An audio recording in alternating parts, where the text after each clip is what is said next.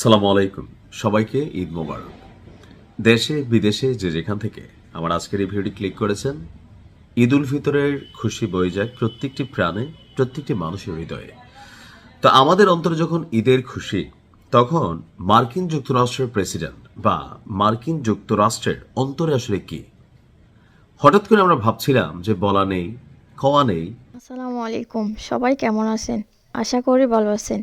আপনারা সবাই ভিডিওর শুরুতে ভিডিওর কিছু অংশ বিশেষ দেখে বুঝতে পেরেছেন ভিডিওটা কতটা গুরুত্বপূর্ণ। তাই আর বেশি কথা না বাড়িয়ে চলুন আমরা মূল আলোচনায় চলে যাচ্ছি। তার আগে সবাইকে রিকোয়েস্ট করব, যারা আমাদের চ্যানেলে নতুন আছেন প্লিজ সবাই সাবস্ক্রাইব করে সাথে থাকুন। চলুন ভিডিওটা দেখি।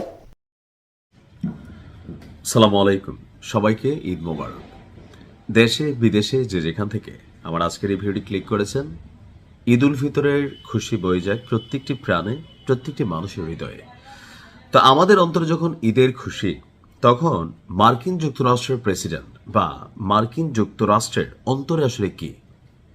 হঠাৎ করে আমরা ভাবছিলাম যে বলা নেই, কওয়া নেই, হুট করে কেন ইরান, ইসরায়েল এবং মার্কিন যুক্তরাষ্ট্রের এই যুদ্ধটা শুরু হলো, তাই না? সরকার পরিবর্তনই কি লক্ষ্য ছিল? আর যদি সেখানে সরকার পরিবর্তন হয়, তাহলে মার্কিন যুক্তরাষ্ট্রের স্বার্থটা কোথায়? ইরানকে পারমাণবিকভাবে বড়াই ফেলা, নাকি আসলে ইরানের তেল লুট করা, নাকি অন্য কিছু? তবে আজকের প্রতিবেদনটি সাক্ষ্য দিচ্ছে এই যুদ্ধের পেছনে ভিন্ন কারণ ছিল। মার্কিনীদের খুবই জনপ্রিয় একটা গণমাধ্যমের নাম হচ্ছে অ্যাক্সিওস। মধ্যপ্রাচ্যের সংঘাতের 3 সপ্তাহ পূর্ণ হওয়ার দিন এই বিস্ফোরক তথ্য বা প্রতিবেদন প্রকাশ করেছে এই গণমাধ্যমটি বলছে যে যুক্তরাষ্ট্রের পরিকল্পনা হচ্ছে ইরানের খারোগ নামক যে দ্বীপটা আছে সেই দ্বীপটাকে দখল করা। অর্থাৎ এই যুদ্ধের টোটাল মাস্টার প্ল্যান হচ্ছে এই খারোগ দ্বীপকে নিজেদের কন্ট্রোলে নেওয়া। এক প্রতিবেদনে জানানো হয়েছে, ইরানকে আলোচনার টেবিলে নতি স্বীকার করতে এবং কৌশলগতভাবে গুরুত্বপূর্ণ হরমুজ প্রণালী পুনরায় উন্মুক্ত করতে দেশটির অর্থনীতির মেরুদণ্ড, অর্থাৎ ইরানের অর্থনীতির মেরুদণ্ড হিসাবে পরিচিত খারোগ দ্বীপ, এটাকে দখলের পরিকল্পনা করেছে মার্কিন যুক্তরাষ্ট্র। হোয়াইট হাউস এবং পেন্টাগনের অন্তত 4টি নির্ভরযোগ্য সূত্র আপনার এই পরিকল্পনাটির কথা নিশ্চিত করেছে। অ্যাক্সিওসের প্রতিবেদনটি বলছে যে ডোনাল্ড ট্রাম্প চলতি মার্চের শেষে তার চীন সফরের আগেই এই যুদ্ধকে শেষ করতে চেয়েছিলেন, কিন্তু হরমুজ প্রণালীতে ইরানের কঠোর নিয়ন্ত্রণ এবং ইরানের একচেটিয়া সেখানে অধিকার মার্কিন যুক্তরাষ্ট্রের এই পরিকল্পনাকে অনেকটা ভেস্তে দিয়েছে। হরমুজ প্রণালীতে ইরানের কঠোর নিয়ন্ত্রণ ভাঙতে না পারায় এখন যুদ্ধের সময়সীমা দীর্ঘ করতে এবং সরাসরি ইরানি ভূখণ্ডে স্থল অভিযানের ঝুঁকি নিতেও প্রস্তুতি নিচ্ছে মার্কিন যুক্তরাষ্ট্র। ইতিমধ্যেই প্রায় 20,000 কোটি ডলার ইরানের সাথে এই যুদ্ধকে চালিয়ে যাবার জন্য প্রায় 20,000 কোটি ডলার আরও অনুমোদন চেয়েছে যুক্তরাষ্ট্রের সরকার। হোয়াইট হাউসের পরিকল্পনা সম্পর্কে অবগত একটি সূত্র বলছে, সরাসরি দ্বীপটি দখল করার আগে অন্তত 1 মাস ধরে সেখানে ব্যাপক বিমান হামলা চালিয়ে ইরানের প্রতিরক্ষা ব্যবস্থাকে পুরোপুরি পঙ্গু করে দেওয়া হবে। মার্কিন বিমান বাহিনী খারোগ দ্বীপে কয়েক ডজন সামরিক লক্ষ্যবস্তুতে বড় ধরনের হামলা চালিয়েছে। আমি লাস্ট কয়েকদিন আগে একটা ভিডিওতে বলেছিলাম। ট্রাম্প প্রশাসনের একজন জ্যেষ্ঠ কর্মকর্তা বলছেন, প্রেসিডেন্ট হরমুজ প্রণালী উন্মুক্ত দেখতে চান। যদি এর জন্য উপকূলীয় আগ্রাসন বা দ্বীপ দখল করতে হয়, তবে তাই করা হবে।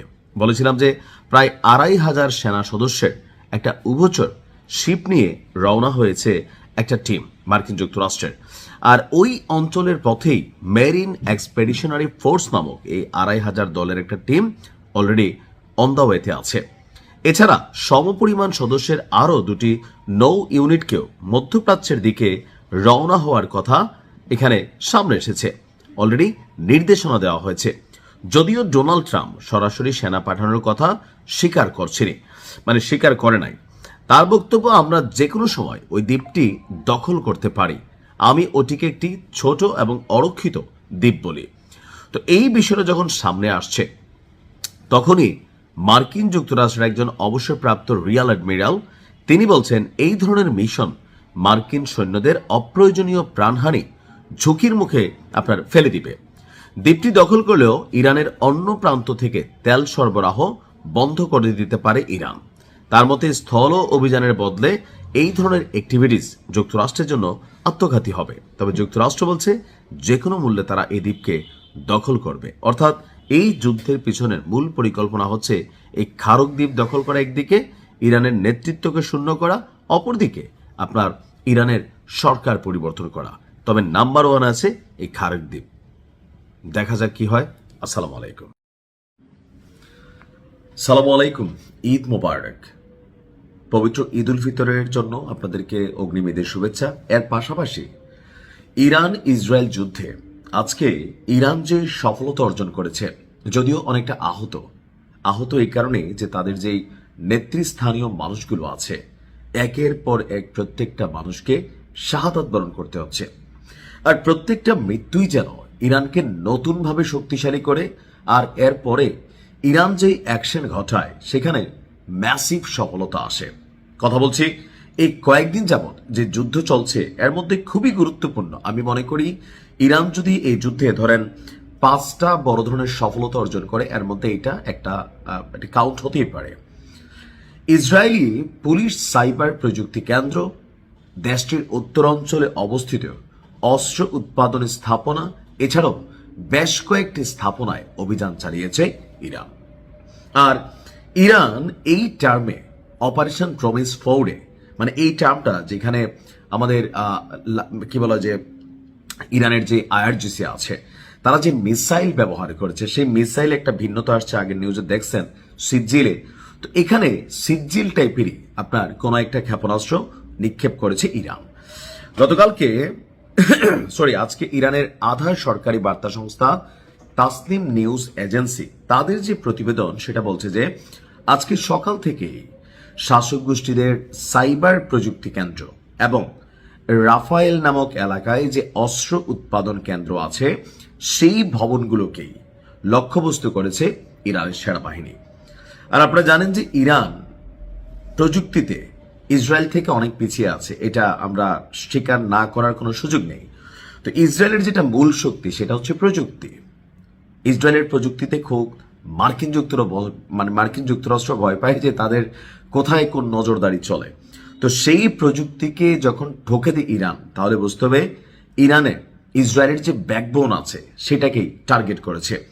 এর পাশাপাশি অস্ত্র উৎপাদন কেন্দ্র, যদিও ইসরায়েল খুব বেশি অস্ত্র উৎপাদন করে না, তবে ইরানের সাথে লড়াইকে চালিয়ে যাওয়ার জন্য তার বাবা যারা আছে মার্কিন যুক্তরাষ্ট্র, চাচা যারা আছে ইউরোপীয় ইউনিয়ন, তাদের সহযোগিতার পাশাপাশি ইসরায়েল যেটা করে কিছু অস্ত্র ক্ষেপণাস্ত্র তারা উৎপাদন করে। তো যতটুকু উৎপাদন করে, যেখানে উৎপাদন করে, এর মধ্যে রাফায়েল নামক যে অস্ত্রগুলো আছে খুবই অত্যাধুনিক প্রযুক্তির। তো এই এলাকাটাকে এবার টার্গেট করে অভিযান চালাইছে। আপনার দেশটির সেনাবাহিনী বলছে ইসরায়েলি ভূখণ্ডের একটি অস্ত্র নির্মাণ কমপ্লেক্সে ক্ষেপণাস্ত্র হামলা এবং ড্রোন হামলা চালিয়েছে ইরান। ইরানের সেনাবাহিনী বলছে যে ইসরায়েলের সাইবার প্রযুক্তি কেন্দ্রের মধ্যে খুবই গুরুত্বপূর্ণ ইসরায়েলি বাহিনীকে গাইডেড ওয়েপন সিস্টেমের সফটওয়্যার এবং হার্ডওয়্যার সরবরাহ করছে এই প্রতিষ্ঠানটি। এছাড়া ইরানের জনবহুল কেন্দ্রে হামলার উদ্দেশ্যে কৃত্রিম বুদ্ধিমত্তামূলক যে আধুনিক প্রযুক্তি এবং সরঞ্জাম এখান থেকেই আপনার সাপোর্ট করা হয়। আর সেই কারণে ইরান বেছে বেছে এই জায়গাটাকে টার্গেট করেছে। অর্থাৎ আজকের দিনে এক ঢিলে দুই পাখি শিকার করেছে। একদিকে যে প্রিয় নেতা আছেন নিরাপত্তা উপদেষ্টা আলী লারিজানির মৃত্যুর একটা রিয়াকশনও ইরান জানান দিল, পাশাপাশি আপনার অস্ত্র উৎপাদন কেন্দ্রে এই প্রথমবারের মতন ইরান অভিযান চালাতে সফলতা লাভ করলো। এটা খুবই ম্যাসিভ একটা সফলতা আমি মনে করি। এখন ইসরায়েলের মধ্যে একটু ভয়ভীতি কাজ করবে, তাদের যে প্রতিষ্ঠানগুলো আছে সেগুলোকে তারা প্রটেক্ট করার সর্বোচ্চ চেষ্টা করবে। তবে ইরানের সিজিল আমি আর একটা ভিডিও করছি, ওটা দেখে নেবেন যে কি জিনিসটা ভাই। এটা খালি সাপের মতন না, এটা ওই যে সুতা সাপ আছে না, আগে আমরা ছোটবেলায় শুনতাম যে এক গাছের থেকে উড়ে আরেক গাছে চলে যায়, এরকম সুতা সাপ টাইপের জিনিসটা। Best of luck Iran.